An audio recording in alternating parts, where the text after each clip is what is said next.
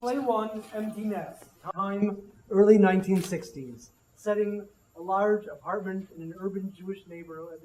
Characters, Rose, a working-class housewife, mid to late 60s.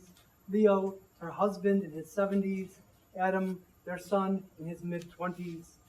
As the curtain rises, we see packed boxes containing most of a family's belongings. The only piece of furniture left is a large dining room table. There are exits to the kitchen, a bedroom wing, and the entrance foyer. One wall is hung with pictures of the family, one of which is a young man in a military uniform. Rose enters from bedroom area carrying a large objet d'art. Leo, what should we do with this old thing? I don't think that Adam wants it, and I'm certainly not going to bring it all the way to Florida. Leo, where did that man go? I swear, if he's helping those movers carry any more boxes, I'm going to let him have it. Something good. A man his age could kill himself. I'm not going to Florida, widow, Leo. If you're carrying one of those boxes, I'll kill you. She begins to exit towards foyer. Leo enters from kitchen. Fine. I work all these years to retire, then my wife kills me for the inheritance. Wait, I'll get the bank book and write a withdrawal slip. You silly old man. I can sign your name better than you can. So, what were you doing? Checking to make certain that I fixed the handle on the refrigerator. Where's Adam? I need his help to remove the door in the hallway so we can take out this table. He said it would be by today. The table is the last big thing we need to move. First of all, you shouldn't be doing all that work. This is Mrs. Jacobson's building. Get her son to come over. You're 70 years old. The doctor said that you shouldn't run up and down those steps so much. That's why we're moving all the way to Florida in the first place. So what's wrong with Florida? I thought that you wanted to move there. You liked it so much when we visited your sister Sarah last time. Did I say I didn't like anything about Florida? No, not me. I never said anything bad about Florida. It's beautiful. It's got so much heat. I never felt so much heat. It's like being in a big schwitz, except that they forgot to put a building around it. There's lots of sky, lots of sun, lots of heat. I'm sure I'll love Florida. It will be good for your health, for both of us. I'll love it. You don't like Florida? Me, no. Yes, I like it too. It was Sarah's cooking I couldn't stand. Her food is not fit for a... Leo, here, seal this box so Adam can take it down to the movers when he gets here. That boy, he never has time for family anymore. Always running around with those fancy friends of his. I can't wait all day for him. I'll take this box downstairs by myself. He seals the box and exits with it. Rose follows after him and calls down the stairs. Leo, you promised me that you wouldn't fight with him, and I don't want you running up and down those steps. Do you hear me? Oh, that man. She looks around the room and begins to remove knickknacks from a shelf, examines one lovingly. I'll never forget when Polly gave this to me for my birthday. He sat with Leo at this table for almost an hour trying to wrap the present. Leo's big, clumsy hands and Polly's little pudgy fingers. And I had to sit in the kitchen that whole time so that I wouldn't ruin the surprise. Adam enters from the kitchen. Hey, Mama, where's Pop? He went down the front stairs. Watch it. He's getting into one of his moods again. Let me guess. I should have been here already. I told him I'd be here on 10, and it's only 9:30. What's his problem? Don't be so hard on him. He's just cranky because he doesn't have enough to do. Going up and down the stairs with those boxes doesn't help either. I told him to wait until I got here, and I would do it. I don't know why he wouldn't pay to have the movers bring the boxes downstairs. Honey, you've got to understand. It's hard on your father being retired. He's worried that we won't have enough money. You'll never have to worry about money. I'll make sure of that. I make good money at my job. I know, dear, but he's also upset about having to sell the business. I know, but... Stop. I know you wouldn't take it over, but it's still hard for him. It was his dream that Polly or you would take over the business. Give your father a chance. Change is hard for him. Now, help me with these pictures so we can pack them away. Adam takes a stepladder over to the wall and reaches for the picture of the man in the uniform. No, hand me Tante Sarah's picture first. I want to put it in the box with the tablecloth she made. He hands it to her, and she places it in a box. Now Bubby and Zadie's wedding picture. He hands it to her and begins to reach for the picture of the man in uniform again. Nope, now your graduation picture. Oh, I'm out of tissue. He hands it to her and starts to take the last picture down as he comes off the ladder. No, wait, I'll go get some more paper. Mama? Just a minute. Mama, we have to take Paul's picture down too. No, not yet. I want to put it with his medals and the flag. Adam brings down the picture, hands it to her. You know, even after all these years, I sometimes forget, just for a second, that Paulie is dead. I go through the day thinking he's still stationed overseas or living in California or someplace far away. Then I remember. You know, every time that doorbell rings, I keep hoping that it will be another soldier telling me that they made a mistake, that some other boy died in the war, that my son will be coming home soon. Mama, please don't cry. It's been almost 20 years now. You've got to accept the fact that he's not coming home. He was my son. Children aren't supposed to die before their parents. I didn't even get a chance to say goodbye. I just can't forget him. Was his mother. Who said that you had to forget him? I wish I'd had the chance to meet him. He was so looking forward to meeting you. We always tried for another baby when he was little, and it just didn't happen. Then when the doctor told me I was expecting, I wrote and told him that he was going to have a little brother or sister. He wrote back so excited, said he couldn't wait to get back from overseas to see you. That's the last letter I ever got from him. He would have loved you. I know he would have. And I would have loved him right back. Now dry your eyes. You don't want Pop to see you all upset. You know how that makes him feel. Do I? It seems that I hardly know your father nowadays. With Polly gone and you moving out, it's like we're strangers to each other. Oi, listen to me rattling on and on like someone on one of those Meshuggah television stories where there's so much work still to do. Here, take this box downstairs to the truck. He picks up the box she has just taped and begins to exit. And get your father while you're down there. Tell him that he doesn't take it easy. He's going to catch what for. He exits out the front door and she wipes the table with the edge of her apron.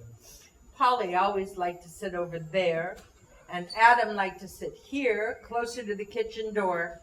Oh, fine. Now I'm talking to myself. If they hear me, they're going to come and take me to the Shalom house, just like Cheryl Shadrow. Leo enters from the kitchen. Well, Mama, talking to yourself again? Maybe it's time to call the Shalom house. You can spend your days with Cheryl, and I'll find a young chickie in Florida. There are no young chickies. Just a bunch of old yentas. In Florida, I'm practically a teenager. And I guess you'll have to do, save from the Shalom house. Now quit. I've got too much to do for that now. There will be plenty of time for that when we get to Florida. Where were you so long?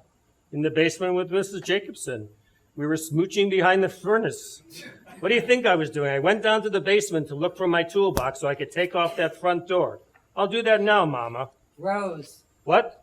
Rose. My name is Rose. My cousin Darlene calls me Rose. Sarah calls me Rose. Mrs. Jacobson calls me Rose. Even Hilda Goldberg at the deli calls me Rose. Only you and the boys ever called me Mama. Call me Rose, Leo. You're talking crazy. I know your name is Rose. I'm just old. I'm not senile yet. So who's saying you are? Leo, do you know how many years it's been since you called me Rose? Not since Polly was born. The house is empty now. It's just going to be you and me. You can start calling me Rose.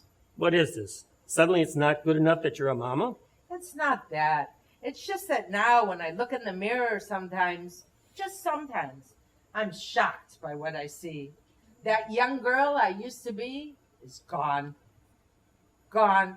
Where did she go? Some old woman looks back at me now. I know it's silly, but I want Rose to come back. Don't be silly. You look exactly the same as the day I married you. But if it makes you happy, I'll call you Jane Mansfield. That checks out. All right, so Shelley Winters if you prefer, or maybe Judy Holliday. All right, Mama? Rose. Rose. Now, where's Adam? I need him now, not gallivanting around the city. That boy is never around when you need him. He was up here already. I sent him downstairs to get you. Well, it's about time. Leo, he's half an hour early. I'm going to go downstairs and get him. I want you to stay put and no fighting. Is that clear? Yes, Mama. Rose! Rose. She exits as he crosses to the table, examines it, tries moving it. Adam enters. Pop, Mama said you were waiting for me? Yes. What were you doing? Tap dancing with Mrs. Jacobson? Actually, I took the hallway door off the hinges, and then I was trying to talk the movers into coming up and taking this table downstairs so you won't have to move it. We can move it ourselves. There's no use paying some good money to do something like that. He indicates that Adam should lift one end. They struggle with it during the ensuing dialogue. Don't tell me I can't move this table. I was moving furniture before you were born. Now watch that corner. Okay, Pop, ready? Lift. Damn, is this thing heavy? What's it made of, lead? It's mahogany, and watch your smart mouth. Your mama could come back any minute. Damn, it won't fit through the door this way. Let's turn it on its side. Now, what's the wall there, Pop? I see it, Polly. Don't worry. Adam. What? I'm Adam. You call me Polly. I did not. Don't be ridiculous. Look, let's just move this thing downstairs. I don't want to fight with you now. Later, then? Don't get smart. Adam puts down his side of the table. Pop, this thing won't fit through the door. Maybe you should take it around the back. How did you get it in here in the first place? I built it in here. I did all the woodwork down at the hardware store and then put it together here. Well, I don't think it'll fit through the door. Did you make it so the legs come off? Of course not. I never thought we'd be moving to Florida. There's got to be a way to do this. Don't give up so easily. I'm not giving up, Pop. But sometimes you just have to accept that you can't do something. Sometimes you have to say this just won't work. Maybe. I just don't like to take the easy way out. What's that supposed to mean? Just that sometimes you have to work at something. I wish that your brother was here. He always... I'm sick of hearing about... I know I'll never measure up to... Look, I'm going to take this box downstairs and cool off a bit. Meanwhile, you figure out what you want to do about that damn table. Adam exits out the front door. Wait a minute. I was just going to say... What's all the Rose. commotion? Where's Adam going? Down to the truck. We haven't figured out how to move the table yet. Oh, that boy. He gets me so mad sometimes. If he had stayed in college, I wouldn't have minded that he didn't take over the business. It would be better than selling it. But if he had a real job, I wouldn't have to worry. What kind of living can he make selling houses? I'll do it. I'll sit in Florida wondering if he's all right. Leo, you've got to understand he's young and he has his own dreams. It's not like the old days. Young people have their own plans. And he just doesn't sell houses. He owns a company with lots of people working for him. He's doing all right. You don't need to worry about him. So my dreams are no good? That's just it, Leo. They're your dreams. Adam has his own. My father would never have let me get away with this. Even when I was grown, I listened to him. I respected him. I did what I was told to do. Oh, and what about when he told you you were too young to get married? That was different. How? How is that different? Because he was wrong. We were in love. Remember how it was then? We talk, go for walks down by the lake, go to the movie. Soon we'll be able to do all that again. Leo, your memory is failing you. We did that for about 3 weeks when we first got married. Then you had to go off to the war. By the time you got back, we already had Polly. Then you opened the garage, the hardware store, and later on we had Adam. We really haven't had a moment alone since the war. You were always busy at the store, and I was with Polly, and then Adam. I bet you can't even tell me what color my eyes are. Don't be silly. We've slept together every night for 42 years. You've been there every morning when I get up. I come home to you every night. Of course I know what color your eyes are. So tell me, what color are my eyes, Leo? So how many boxes do we have left to move? I don't know. Look for yourself. You're right. We don't have time for this nonsense. There's too much to do. I still have to pack the pace-over dishes, put all the picture frames in a box, pack away the Seder plates and the menorah. Florida won't wait for us forever. I'll go see what's keeping Adam. Gray. What? Gray. Your eyes are gray with a fleck of green, bright green like grass after summer sun. That's what first caught my attention at the JCC dance. You were getting ready to leave with Sarah. I was with some buddies, and I saw this beautiful girl. It was hot, and you had some sort of summery thing. The wind was blowing, and you were on the steps. The wind lifted the hem of your skirt a little, and I could see your beautiful long legs. As you came closer, I caught your eye, and the green flecks and the gray seemed to sparkle to me. That's when I fell in love with you, when I saw those sparkling eyes. You romantic fool. My eyes were sparkling because of my hay fever. I don't suppose you noticed that my nose was red, too. No, all I could see were your eyes and your legs. The sun was behind you, and I could see right through your dress. Leo! Well, I suppose that you would look forward to this move to Florida. You always did have an adventurous spirit. Don't you want to go to Florida? I never said that. Why do you keep saying I don't want to go to Florida? Maybe I'm just a little nervous, that's all. What's to be nervous about, Mama? We've always had the business or the children to talk about before. What will we have to talk about now? Plenty. It's time for a new start. Sometimes the old ways need to be left behind. Just wait and see. Everything will be fine. I'd feel better about it if I knew that you and Adam weren't always fighting. You know, he's got to make his own way, too. How about if I go and get him and you two talk this over? I think I'd feel better about moving to Florida if you two made your peace with each other. If that will make you happy, I'll do it. All right, I'll go get him. Leo exits. Leo, I said that I would go get him. You're supposed to stay away from the stairs. She goes to the door, but he's gone. What am I going to do with that man? She begins packing up knickknacks as Adam enters from the other door. I told the truck drivers to take a break since we can't get the table down right now. Where's Pop? He went to get you. He went downstairs before I could stop him. I don't know why he won't stay away from those stairs and him with his asthma. When we're in Florida, at least I won't have to worry about that. We'll buy a nice ranch house without any stairs. He'll be able to retire in peace and quiet. He deserves that after all these years. So do you, Mama. After taking care of all of us, you deserve a chance to relax too. Relax. That's all I do now that it's just your father and me. At least when you lived here, I had a little something to do. A little ironing, a little wash. It's hardly worth turning on the stove to cook for only 2 people. Now there's not enough to do. Don't tell anyone, but I only dusted once last week. Such a lazy bones, a real slob. You're even worse than Aunt Sarah. You're as bad as your papa with that smart mouth of yours. So what's wrong with liking to keep busy? You just shouldn't have to clean the house every day. How much mess can you and Pop make? Not enough to keep me busy, thank you so very much. What am I supposed to do? Sit around and have people wait on me like I'm Queen Esther? Since you've moved out of here, all I do is rattle around. You and Pop will have plenty to do in Florida, and the heat will be good for your arthritis.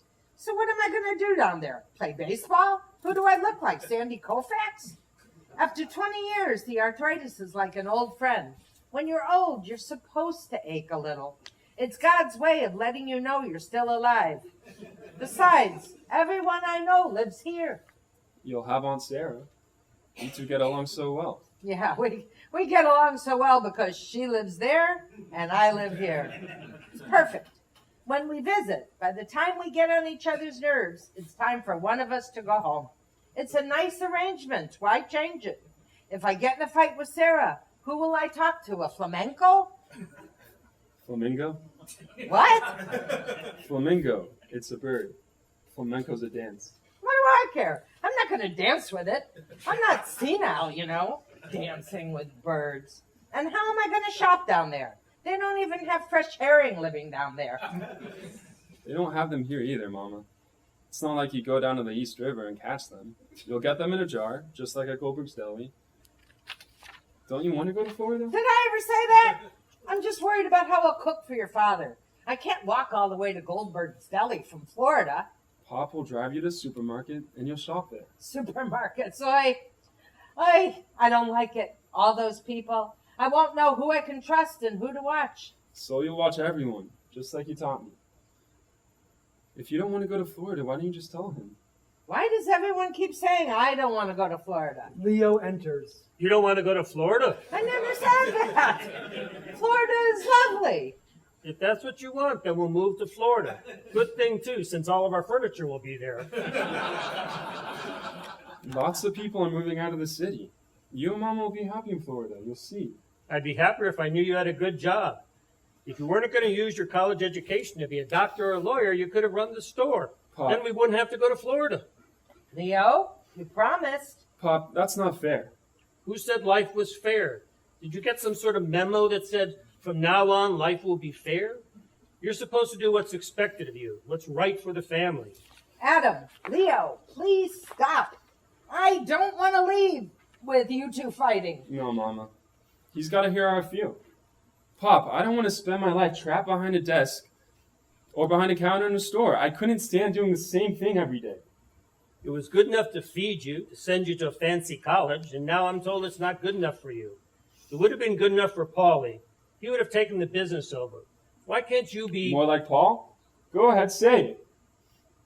That's what you mean, isn't it, Pop? That's right, Pop. Paul would have taken the business over because he was perfect. Paul the genius, Paul the responsible one. Paul the big shot who had to go off and enlist, even though he had a deferment, and got himself killed because he felt that he had to follow in his father's footsteps in the army. Adam? That may have been fine for him, but I'm not Paul.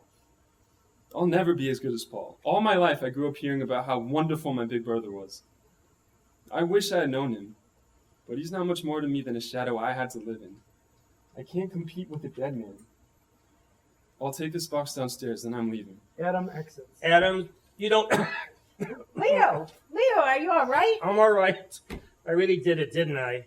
Oh, he'll cool off. No, I mean, I really do keep comparing him to Paulie, don't I? Well, you don't mean to. You just miss Polly so much. Adam understands that most of the time. It's just all this pressure that he's feeling with us leaving. He's just a little edgy. It just makes me ache, Mama, to leave 40 years of our life here without anyone to remember us. Leo, we had good years here. Just because we sold the business doesn't mean that we'll be forgotten. It's time to move on. With your asthma, you can't work here anymore. Even if Adam had taken over the business, you couldn't be a part of it. Also, Adam would want to run the business his own way. Could you let him do that? What's wrong with the way I ran the business? Nothing, but every man has to do things his own way. Isn't that why you started the shop in the first place? So you could do things your own way? Otherwise, you would have taken over your father's butcher shop. I guess you're right, Mama. Rose. At least we've got enough to make a new start in Florida. I guess we should be grateful for that. I've really made a mess of things here, haven't I? Not yet. If you hurry up, you can fix things up. Adam will listen to you. Adam re-enters. About what? Adam, your father has something to say to you. Leo? Son, it's about, well, what happened. I'm sorry. I never knew I kept comparing you to Paulie. You know that I loved you both. You weren't meant to replace him. You were this wonderful surprise that came to your mom and me late in life when we thought that we couldn't have any more children. After Paulie died, you are my only son. I can't live according to your hopes. I can't replace him. We never expected you to. Your mom is right. We shouldn't have expected you to step right in. When Paulie died, you are what helped us get through that. But you weren't a replacement. It's just that I had dreams of someone taking over the business. And with Paulie gone, I just assumed that it would be you. I know. That's why I came back. I wanted to tell you I was sorry. I wish that I could have done it, taken over the business. But I can't. You need to love what you do. You and Paul loved it. I always felt guilty that I didn't. You shouldn't feel guilty. Your father and I love you for who you are. It wasn't fair to put all that on your shoulders. I know that now. I'm sorry. Hey, if you can't fight with me, who else? Your mama didn't want us to leave for Florida while we were fighting. Now we can go to Florida in peace. It's strange to think that I'll never come back here. This place has always been my home. Until a few weeks ago, I've never lived anywhere else. It will be hard to get used to a new kitchen, and the new place won't have all those memories. I guess some memories are better left behind. Mama, Polly will always be in your memories, no matter where you are. You're a pretty terrific kid, you know? I've been telling you that. Well, it looks just everything is ready. All that's left is this table. Mama, I hate to say this, but I don't think that table will fit through the door. Adam is right, honey. When I built it, I wasn't thinking about moving it. I guess we'll just leave it behind for the new tenants. No. Mama, it's just too big to move. And it's not made so that we can take it apart without ruining it. We can't get it out the door, and even if we could, it probably would be too big for when you find a new house in Florida. Why do you need such a big table for? You and Pop can buy a new one. I don't want a new table. I want this one. Your father made this for me for our first Passover. After he got out of the service. I'll buy you another one, Rose. No, you gave me this one. Don't you remember, Leo? This is special. Not like the tables you can buy in a store now. This is good quality wood, and you worked so hard on it, staying late at the shop. Our sons did their homework here. See this mark? This is where Zadie dropped the Seder plate. And here, this is where Sarah's youngest banged the table with a spoon that first Thanksgiving. I can't just leave our family memories here. We have to take it with us. Mama, it's just not possible. No! Leo, I'm sorry. I won't leave it. Maybe I'm a horrible wife, but if I have to go to some godforsaken place like Florida, I'm taking my table. I'm your wife. I married you for better or worse, and if worse is Florida, I'll go. But if I have to go, I'm taking my table. No, you're not. Please, Leo, I haven't asked for much. Please, let me take my table. The table stays. Leo, how could you? Honey, the table stays, and so do we. I was only moving to Florida because I thought you wanted to. I can retire here just as well as in Florida. But your asthma. I'll be all right. I'll take it easy, and I promise to... Adam, go down to the movers and tell Mrs. Jacobson that we're not leaving. Great. I'll get the boxes out of the car, too. Wait. Let's have those movers earn their money. Tell them to bring everything up themselves. He begins to exit, turns. I'll be right back, Mama. Rose. My name is Rose. Fade to black. Curtain.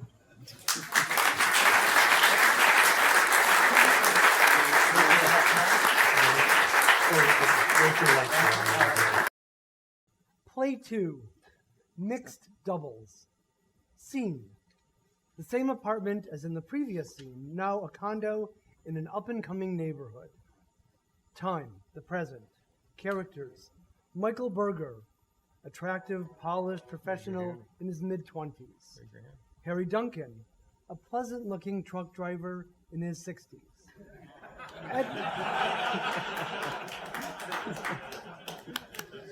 Edna Berger, a polished professional, early 60s. There are boxes scattered about. The dining room table is the same as in the previous scene. It is obvious that someone has just moved in. Harry is preparing to move a large box when Michael enters. Harry, don't you dare lift that box by yourself. You'll throw your back out again. Here, let me help you with it. What's in here? The waterbed sheets. I'm okay with this. It isn't heavy, just awkward. Harry, you got rid of the waterbed. Why keep the sheets? I guess I keep hoping you'll change your mind and we'll get a waterbed again. I won't. Waterbeds are tacky. Fine, we'll donate it to the Pavarello shop. Harry moves to dining room table and begins to examine it. Harry, what are you doing with that table?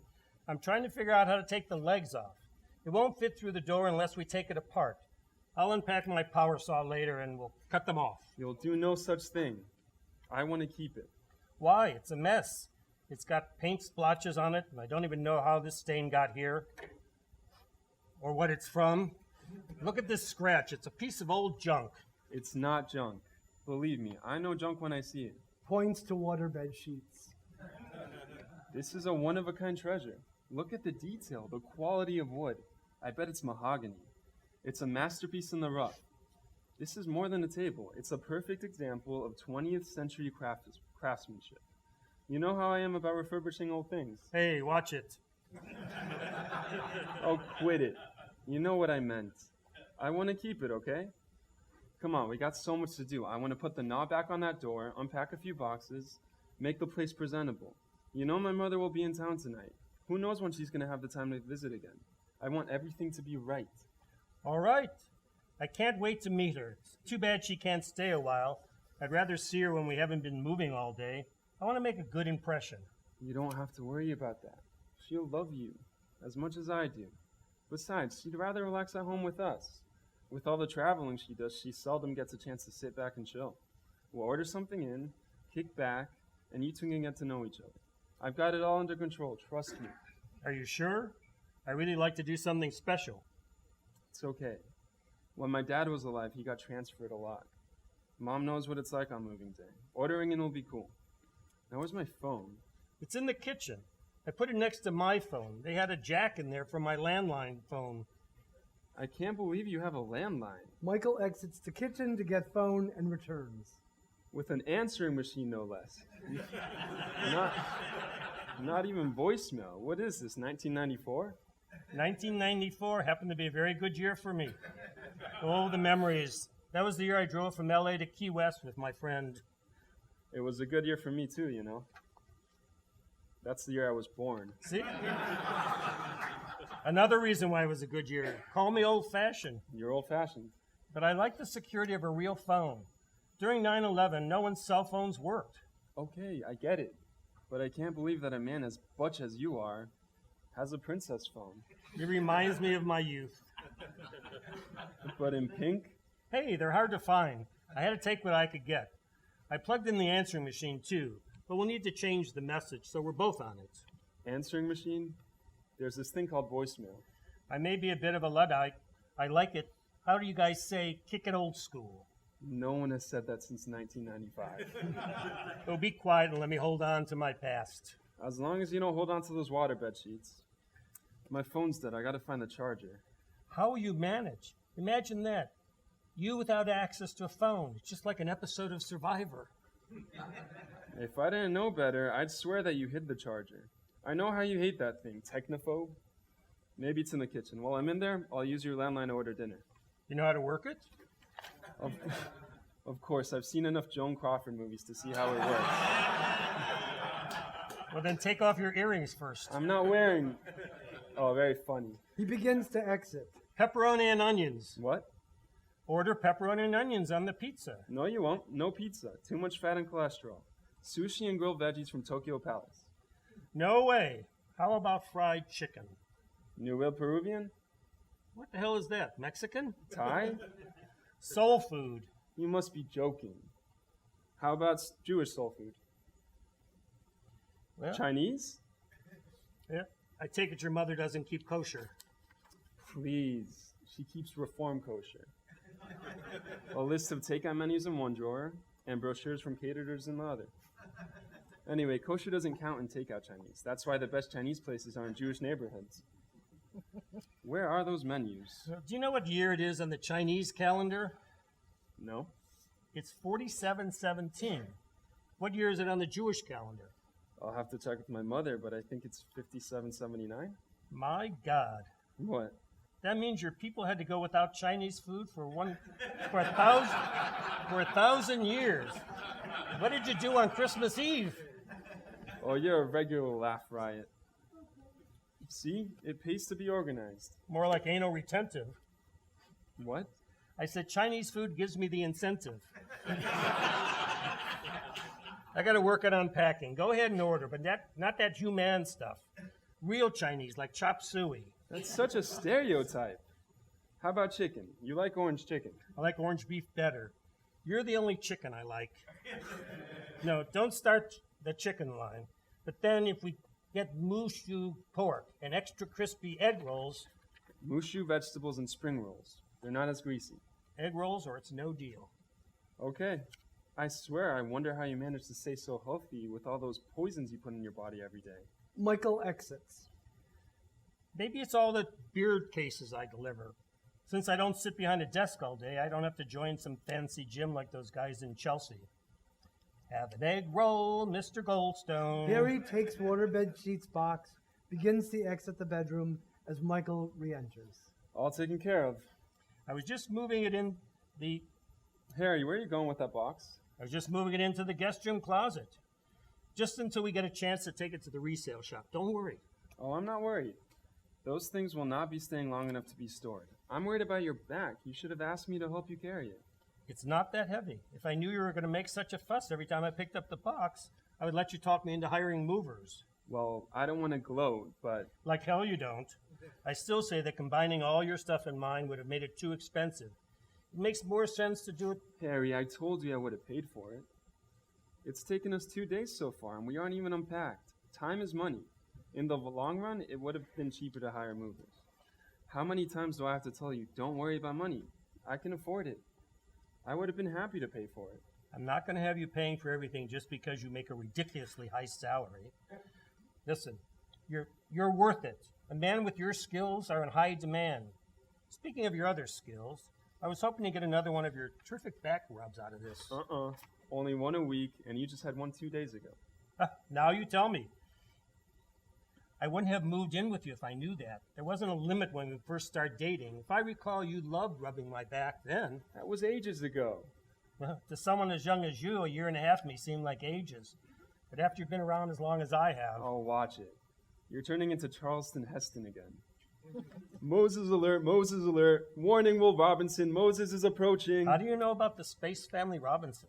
It was on Nickelodeon all the time when I was a kid. Now I really feel old. If you had let me finish, I was going to say... I know that tone of voice.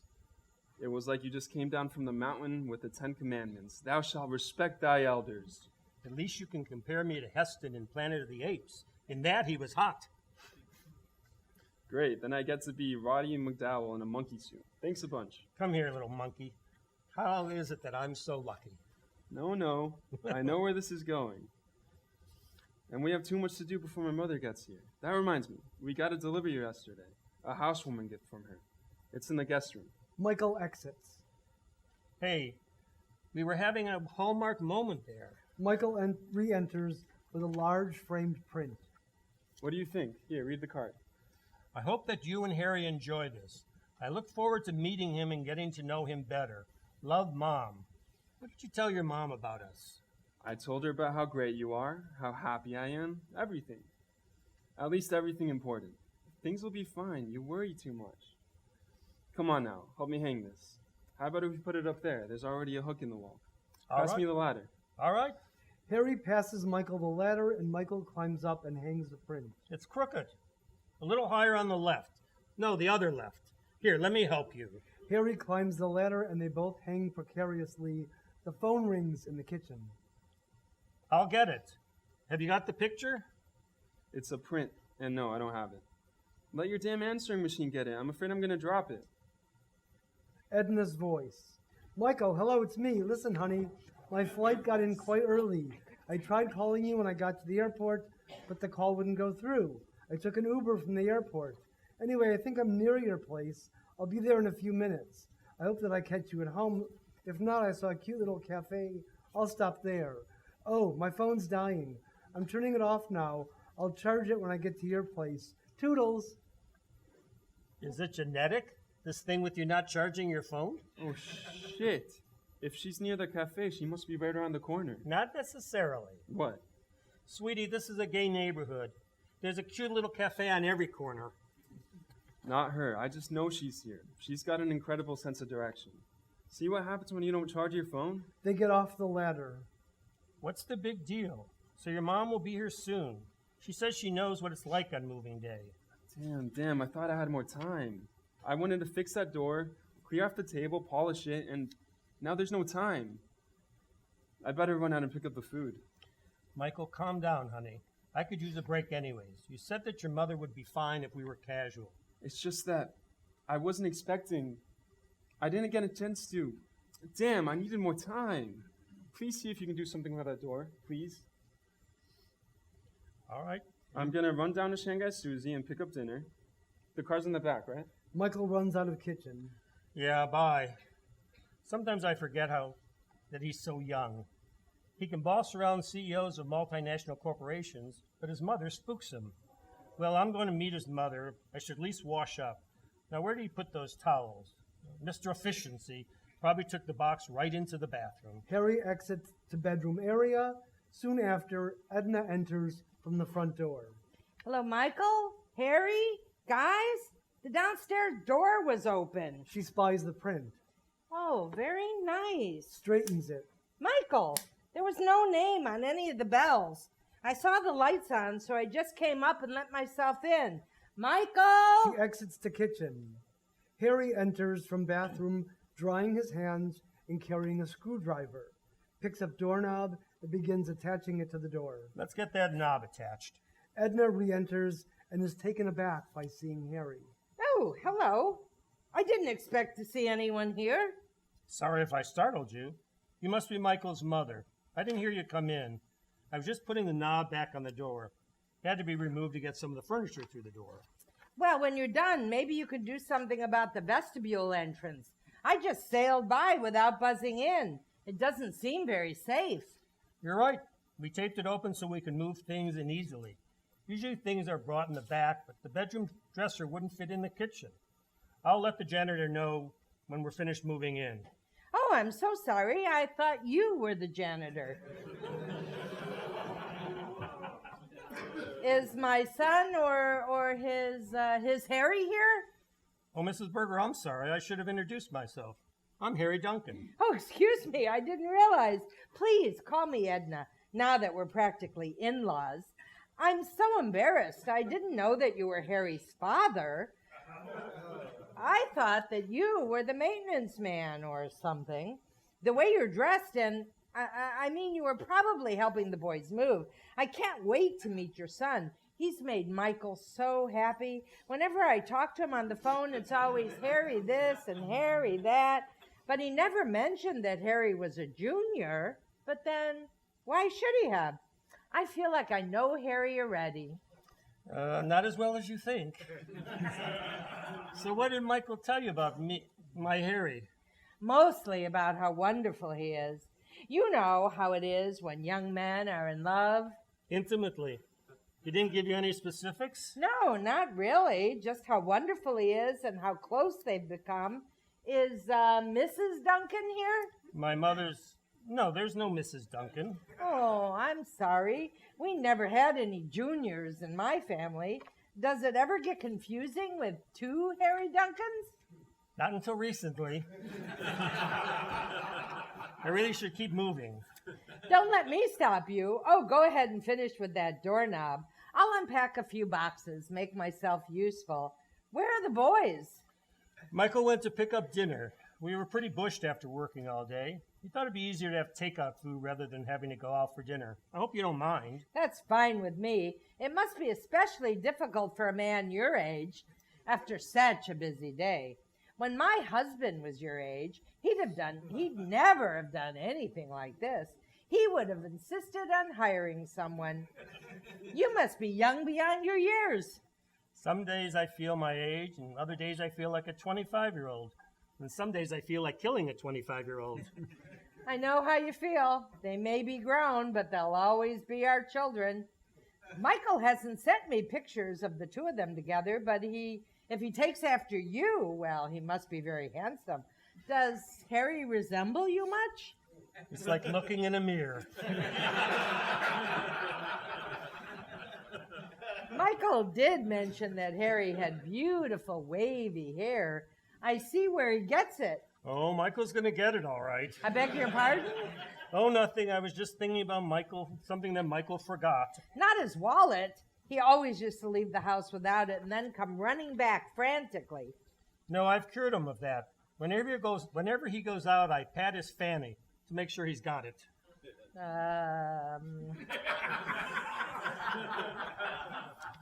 It sounds like you have a very affectionate family. Tell me, Harry, do you have any other children? No, just the one child is enough. Would you like some iced tea? Michael enters with bag of paper plates, plastic cups, and napkins. I put the food in the oven to keep warm until my mother Fumbles with the bag in shock. How was your trip? You're earlier than I expected. He sets the bag on table and greets her warmly. I hope I'm not inconveniencing you too much. Harry's been entertaining me till you get back. So where is he? Who? Harry! I'm dying to meet him. He's right there. I can see how this can become confusing. No, not this Harry. Your Harry. My Harry what? Edna, I am his Harry. Michael, you never mentioned our age difference to your mother? I guess it must not have come up. I always said that it didn't matter to me. Now, that's a cop-out, Michael. He's your boyfriend? But Michael, he can't be your boyfriend. He's an old man. Well, thank you, Edna. I'm about the same age as you are. That's exactly my point, Harry.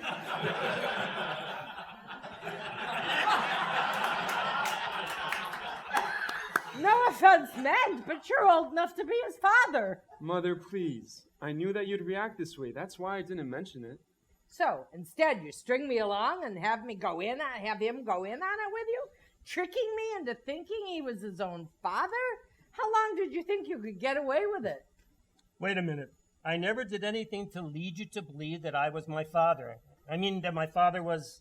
You just assumed. That's the kind of response I'd expect from a kid like Michael. But a man your age should know better. Well, of course I assumed. And you just let me. I didn't think it was my place to tell you. I didn't want to embarrass you. And this is a better way. Mother, don't blame Harry and don't get so worked up. This has nothing to do with age. It has to do with love. I love Harry because he's a wonderful man. Isn't that all that matters? Well, that's all fine and good for you to say now, honey, but what about your future together? When you're 40, he'll be 70. And when you're 50, he'll be 80. And then when you're 60, he'll be... Dead. That's exactly my point. I'm sorry, Harry. I have nothing against you. It's just kind of a shock, Michael, darling. I mean, I'm always willing to listen to you. Why didn't you just tell me about the age difference? I could have had time to adjust. It's your life, after all. Didn't you trust me? What did you think? I would have a problem with you settling down with a nice, established gentleman? Oh, now I get it. What? It's not that I'm older, is it, Michael? It's the fact that I'm not a professional, isn't it? Edna, I'm a truck driver. I deliver beer for a living. I guess Michael was embarrassed about that part of it. After all, you're both high-level executives, and I'm just a lowly truck driver. No, that's not it at all. You're the one with the problem about class issues. I don't care what you do or how much money you make. You're a sweet, funny guy, and that's why I'm in love with you. Harry, I certainly don't care what you do for a living. All I care about is how you treat my son. Michael would know that, I hope. Why then, Michael? Why didn't you tell your mother about the age difference? I think we have a right to know. It's just that you get so defensive sometimes, and my mother is too overprotective. So I just pretended that it wouldn't be a problem. I knew that after you two got to know each other, everything would be all right. And see, it is. You already agree on something. What? Well, you're both mad at me. That's something, isn't it? Michael, this really isn't fair. No matter how nice Harry is, I should have known about this age thing. You always do this, never giving me or anyone the benefit of the doubt. Maybe I could have accepted it. Maybe with a little preparation it would have been fine. But did you ever think about that? Well, no. But see, I was right. Everyone gets along fine now. Why don't you two set up the dishes and I'll get some champagne and dig up some glasses so we can have a toast. Michael exits. Michael, come back here. We're not finished talking to you yet. God, I hate it when he runs off like that, leaving all those unfinished questions hanging in the air. As the following takes place, she and Harry begin clearing the table, putting out tablecloth, etc. They work together as if they've done it for years. He does that all the time. It drives me nuts. He does it to you, too? Yeah, it's frustrating. He'd rather let a situation get all messed up like this rather than confront it in the first place. I love that boy with all my heart, but some of his habits drive me up a wall. I know what you mean. Now he's going to come back in here with that silly grin on his face, and I can't help but forgive him. Every time he does that, I don't know whether I want to kiss him or kill him. He's been like that since he was a baby. Even as a little boy, he could charm the pants off of anyone. Oh, I mean... It's okay. I know what you mean. No matter how angry I am with him, he just has to give me that half smile. Oh, yeah. The one where only one of his dimples pops out, and he usually has a lock of hair hanging over his forehead. You really do love him, don't you? More than I should, Edna. When I met Michael, I'd just about given up hope of ever having someone special in my life to share. Then I met him, and it was like I was a kid again. He makes me feel handsome and important. He's young. Too young for me, I know. Besides me, all my friends have told me so. They all said that someday he'll leave me for a younger guy. But I don't care. Michael would never do that. I'm realistic. Look at our age difference. How long will he want to stay with me? You said it yourself. When he's 35, I'll be ready to retire. But the older he gets, the less the age difference will matter. Yeah, when he's 80, I'll be 115.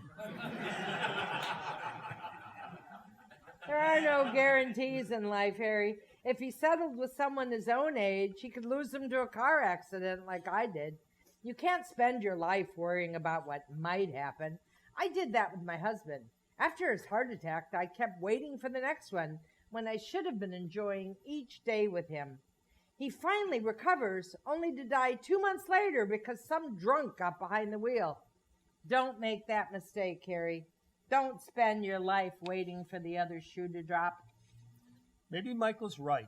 You don't have a problem with the age difference or that I drive a truck. Of course not. I was just surprised. Oh, and Harry, Michael's father was an apprentice plumber when we met. By the time Michael was born, he owned a chain of plumbing stores. When my husband died, the only job I was qualified for was stenographer. What someone does for a living doesn't define who they are. I hope that if I've taught Michael anything, I've taught him that. I can see where Michael gets his relaxed attitude and brains. You're a wise woman, Edna.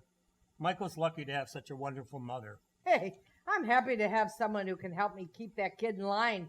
He's always been successful in his career, but his personal life has been a mess. I'm happy to have you as a son-in-law. That term feels kind of strange. How about calling each other Harry and Edna? Unless you prefer I call you Mother. Not unless you want to suffer an early death. Too late for that. Michael enters with a tray containing containers of Chinese food, champagne, and glasses, one lock of hair over his forehead. See, I told you it would all work out. He stares at the beautifully set table in shock, then begins filling champagne glasses nervously, hands a glass to each. How about if we eat dinner? I'm famished. Michael, you remembered all my favorites. Mushu vegetables and extra crispy egg rolls. Jewish soul food. I knew I liked you. Allow me, Mom. To your new home. L'chaim. Oi! Curtain. Is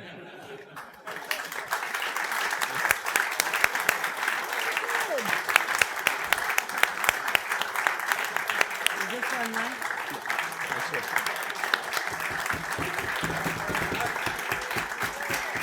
All right.